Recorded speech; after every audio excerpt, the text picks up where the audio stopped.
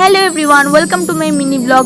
তো দেখো, আমি কিন্তু তোমাদেরকে আগে থেকেই বলেছিলাম যে আমি নরেন্দ্রপুর মিশনে ক্লাস করতে যাই। তো দেখো, ক্লাসেই কিন্তু আমাদের এরকম কি সুন্দরভাবে এরকম প্রিন্টের কাজ করানো হচ্ছে।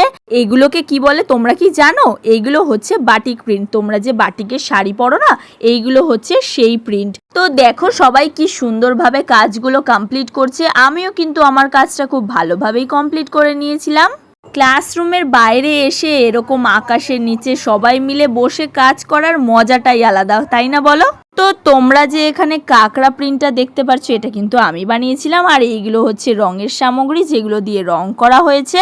আচ্ছা, এইগুলো কিভাবে করে আর কি কি দিয়ে এইগুলো তৈরি করতে হয় তোমরা কি জানতে চাও? তাহলে কিন্তু কমেন্ট বক্সে অবশ্যই জানিও। তাহলে নেক্সট পার্টে তোমাদেরকে জানাবো যে এগুলো কিভাবে করতে হয়।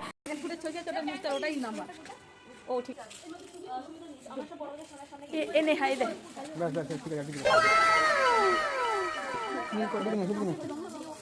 সময়